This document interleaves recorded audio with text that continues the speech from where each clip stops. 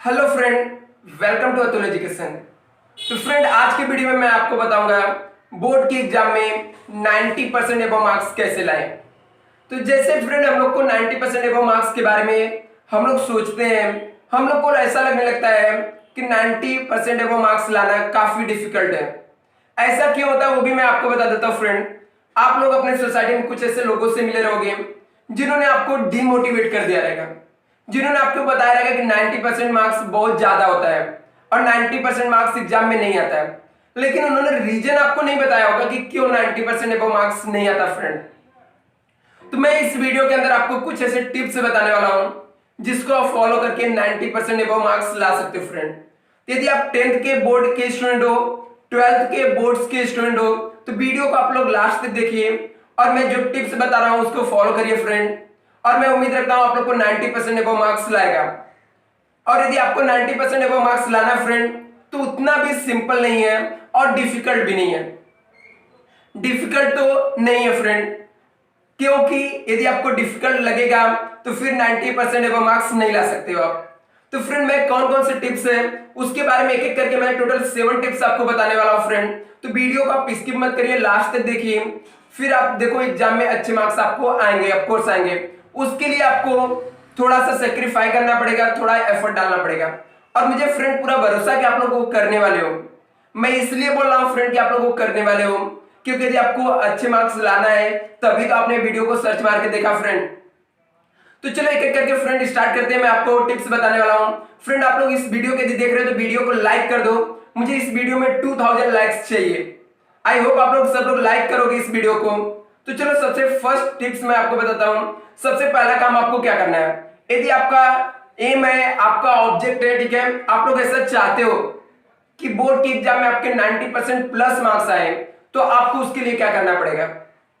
सबसे first thing friend, आपको positive thinking रखना है। आपको माइंड में हमेशा पॉजिटिव थिंकिंग रखना है कि 90% प्लस मार्क्स आता है। आपको माइंड में हमेशा ऐसा थिंकिंग चलना चाहिए 90% मार्क्स लाना बहुत ही सिंपल है, बहुत ही इजी है फ्रेंड। हर साल कुछ ना कुछ बच्चे मार्क्स लाते हैं, हर एक क्लास के अंदर से कुछ ना कुछ बच्चे 90% एबव प्लस मार्क्स लाते हैं। तो आप क्यों नहीं ला सकते हो 90% मार्क्स लाना? ऐसा कौन सा बहुत बड़ा डिफिकल्ट काम है कि आप नहीं ला सकते फ्रेंड? सिंपल ही है। आपको ऐसा डिफिकल्ट लगता है, क्यों डिफिकल्ट लगता है? कुछ लोगों ने आपके माइंड में निगेटिव थिंकिंग भर दिया कि 90% एबव मार्क्स लाना डिफिकल्ट होता है। तो आपको निगेटिव थिंकिंग को निकाल देना फ्रेंड। आपके माइंड में हमेशा एक पॉजिटिव थिंकिंग रहना चाहिए कि बोर्ड के एग्जाम में 90% मार्क्स लाना बहुत ही सिंपल है और उसके लिए जो करना पड़ेगा, ठीक है, 90% मार्क लाने के लिए आपको जो भी करना है उसको आप लोग क्या करोगे, उसके लिए जितना एफर्ट आपको डालना है आप एफर्ट डालने के लिए रेडी हो। तो सबसे फर्स्ट पॉइंट क्या रहेगा फ्रेंड, आपको पॉजिटिव थिंकिंग रहना चाहिए। सेकंड पॉइंट पे आते हैं, नो योर सिलेबस। आपको जो भी आपके जिस बोर्ड में आप पढ़ रहे हो, स्टडी कर रहे हो, महाराष्ट्र बोर्ड के हो, हरियाणा बोर्ड के हो, यूपी बोर्ड के हो, Madhya Pradesh board, Delhi board, CBSE board, ICSE board, अब जो भी बोर्ड के हो, आपका जो भी सिलेबस है आप एक बार पूरे सिलेबस को गो थ्रू कर लो। आपको पूरा सिलेबस पता रहना चाहिए कि आपके सिलेबस में क्या क्या चीजें हैं, कौन कौन से चैप्टर डिफिकल्ट है, कौन कौन से चैप्टर सिंपल है। आपको सिलेबस के बारे में प्रॉपर नॉलेज होना चाहिए फ्रेंड। यदि आपके पास सिलेबस का प्रॉपर नॉलेज है तो आपको उसके हिसाब से आपको क्या कर सकते हो, स्टडी कर सकते हो। उसके हिसाब से आप अपना अपना टाइम टेबल फ्रेम कर सकते हो। तो फ्रेंड, आपको क्या करना, आपके अपने सिलेबस के बारे में प्रॉपर नॉलेज होना चाहिए। समझा फ्रेंड? सबसे पहले आपको क्या पॉजिटिव थिंकिंग रखना है। आपके माइंड में हमेशा पॉजिटिव थिंकिंग रहना चाहिए कि 90% मार्क्स लाना सिंपल है, डिफिकल्ट बिल्कुल नहीं है। सेकंड, आपके सिलेबस के बारे में आपको पता रहना चाहिए कि आपके सिलेबस में क्या है और उसमें से कौन से चैप्टर डिफिकल्ट है, कौन से चैप्टर सिंपल है। थर्ड, हम लोग को पेपर पैटर्न्स, आपके सिलेबस का पेपर पैटर्न आपको पता रहना चाहिए। पेपर पैटर्न्स आपको पता रहना चाहिए कि कैसे पेपर आते हैं, कितने मार्क्स के कौन से क्वेश्चन आते हैं, ऑब्जेक्टिव उसके अंदर कितने आते हैं, शॉर्ट नोट्स कितने आते हैं, लॉन्ग आंसर कितने आते हैं। तो आपको क्या करना है, आपके पेपर पैटर्न्स को पहले पेज पे, जो बुक का फर्स्ट पेज है, फर्स्ट पेज पे आपको पेपर पैटर्न लिख कर रखना है बच्चा। फ्रेंड आपको क्या करना है, जो भी पेपर पैटर्न रहेगा उसको फर्स्ट पेज पे आपको क्या करना है, लिख कर रखना है। उसके बाद आपको यूनिट वाइज वेटेज, हर एक चैप्टर का वेटेज कितना है, हर एक चैप्टर का यूनिट वाइज वेटेज क्या है, ये चीजें आपको क्या रहना चाहिए फ्रेंड, पता रहना चाहिए। आपको यदि chapter wise unit wise weightage पता रहेगा तो आपको ये पता चलेगा कि आपको कौन से चैप्टर के ऊपर ज्यादा समय देना है, कौन से चैप्टर के ऊपर कम समय देना है। होता क्या फ्रेंड, एक्चुअली में हम लोग कभी कभी जो चैप्टर इंपॉर्टेंस नहीं रहता है उसके ऊपर हम लोग ज्यादा टाइम दे देते हैं। जो चैप्टर हम लोग के सिलेबस के लिए इंपॉर्टेंट होते ही नहीं है वो चैप्टर पे हम लोग ज्यादा टाइम दे देते हैं और बाद में हम लोग को पता चलता है इस चैप्टर से तो क्वेश्चन ही नहीं आए। हम लोग ने इतना प्रिपेयर किया और बाद में पता चला कि एग्जाम में तो आया नहीं। तो आपको यूनिट वाइज वेटेज किसका कितना है ये भी आपको पता रहना चाहिए फ्रेंड, राइट। पॉजिटिव थिंकिंग रहना चाहिए, आपको सिलेबस के बारे में पता रहना चाहिए, पेपर पैटर्न्स आपको पता रहना चाहिए और यूनिट वाइज वेटेज कैसा होता है ये पता रहना चाहिए।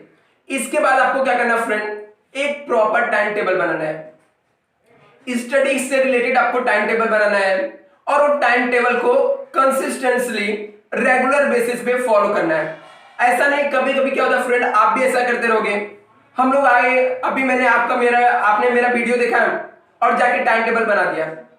टाइम टेबल तो बना दिया, एक दिन आपने फॉलो किया, 2 दिन फॉलो किया, उसके बाद उस टाइम टेबल को फॉलो ही नहीं कर रहे हो, तो ऐसे में फ्रेंड आपका सपना पूरा नहीं होने वाला है। आपको जो टाइम टेबल बना रहे हो वो प्रॉपर टाइम टेबल रहना चाहिए कि कौन कितने आवर्स मुझे प्रैक्टिकल सब्जेक्ट पढ़ने हैं, कितने आवर्स आपको थियरी सब्जेक्ट पढ़ने हैं और उस टाइम टेबल को आपको रेगुलर बेसिस पे प्रॉपर तरीके से फॉलो करना है। तो आई होप आपको समझा रहेगा फ्रेंड आपको टाइम टेबल कैसे बनाना है। टाइम टेबल के ऊपर मैं अलग से सेपरेट एक वीडियो बनाऊंगा कि आपको टाइम टेबल कैसे बनाने हैं। तो आपके पास क्या रहना चाहिए, प्रॉपर टाइम टेबल रहना चाहिए। इसके बाद नेक्स्ट है प्रीवियस ईयर्स के पेपर। ये बहुत ही इंपॉर्टेंट पॉइंट है फ्रेंड। आपको लास्ट के 5 इयर्स के, कम से कम फ्रेंड लास्ट के 5 इयर्स के जो बोर्ड एग्जाम हुए हैं, चाहे आप 10th के स्टूडेंट हो या 12th के हो, प्रीवियस ईयर्स के आपको पेपर लेने हैं। वो पेपर को आपको क्या करना है, सॉल्व करना फ्रेंड। वो पेपर को आपको क्या करना है, सॉल्व करना है। यदि आप प्रीवियस ईयर के पेपर सॉल्व करोगे तो आपको आइडिया मिलेगा कि आपको कितने क्वेश्चन उसमें से आ रहे हैं जो आपने स्टडी किया है, और उसको प्रीवियस आपको कौन से चैप्टर से कौन से टाइप्स के क्वेश्चन आते हैं और कौन से चैप्टर, कौन से ऐसे क्वेश्चन जो हमेशा हर एवरी ईयर क्या होते हैं, रिपीट होते हैं।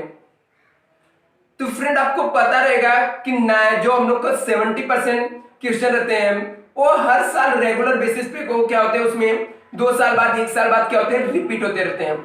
तो आपको इसके लिए प्रीवियस ईयर्स के क्या करने हैं, पेपर सॉल्व करने हैं। जो आपका जो टारगेट है 90% बोलाने हैं, इसके लिए काफी हेल्पफुल रहेंगे फ्रेंड।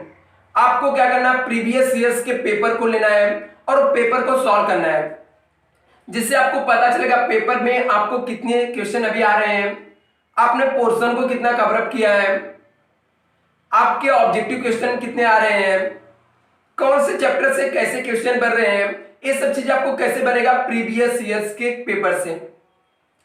स्टडी का इन्वायरमेंट आपके पास होना चाहिए। इन्वायरमेंट आपका कैसा रहना चाहिए, स्टडी से रिलेटेड रहना चाहिए। जब आप जहां पे पढ़ रहे हो फ्रेंड, जहां पे आप स्टडी कर रहे हो, वहां पे आपके पास बुक रहना चाहिए प्रॉपर, जो जो आपके सब्जेक्ट के लिए रिक्वायरमेंट बुक है, जो भी बेसिक रिक्वायरमेंट रहता है स्टडी से रिलेटेड, हर एक चीज आपको टाइम पे अवेलेबल रहना चाहिए। यदि आपके पास ये सब चीजें रहेंगी तो आपको पढ़ने का मन करेगा फ्रेंड। यदि आपके पास स्टडी मटेरियल नहीं है तो आपको एक बहाना मिल जाएगा कि मैं चलो कल पढ़ लूंगा जब मेरे पास ये बुक आएगा। तो आपके पास स्टडी मटेरियल रहना चाहिए। और मैं आपको एक एडवाइस दूंगा फ्रेंड, यदि आप स्टडी करने बैठ रहे हो, यदि आप 2 आवर्स भी स्टडी कर रहे हो, 2 घंटे भी पढ़ रहे हो फ्रेंड, तो आपको क्या करना, प्रॉपर 2 आवर्स स्टडी करना है। ऐसे टाइम पे आपको फेसबुक चलाना है, सोशल मीडिया से थोड़ा दूर रहना फ्रेंड। यदि आप सोशल मीडिया से थोड़ा दूर रहते हो तो आपको क्या, स्टडी में आपका मन लगेगा। 2 आवर्स यदि आप पढ़ रहे हो तो 2 आवर्स आपको पूरा फुल फोकस स्टडी के ऊपर रहना चाहिए।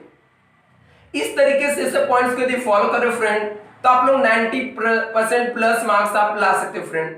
90% प्लस मार्क्स लाना डिफिकल्ट नहीं है फ्रेंड, सिंपल है। आपको सबसे पहला क्या करना है, पॉजिटिव थिंकिंग रखना है। पेपर आपको सिलेबस के बारे में पता होना चाहिए, पेपर पैटर्न्स आपको पता रहना चाहिए फ्रेंड। यूनिट वाइज वेटेज कैसा ही पता रहना चाहिए, प्रॉपर आपके पास टाइम टेबल रहना चाहिए। आपको एक और लास्ट में बता देता हूं फ्रेंड पॉइंट्स, रिवीजन करना है। आपको क्या करना फ्रेंड, रिवीजन करना। आपने जो स्टडी किया वो स्टडी को आपको क्या करना, रिवाइज करना फ्रेंड। आपने जो आज स्टडी किया, मॉर्निंग में स्टडी किया, एक बार सोने से पहले उसको रिवाइज कर लो।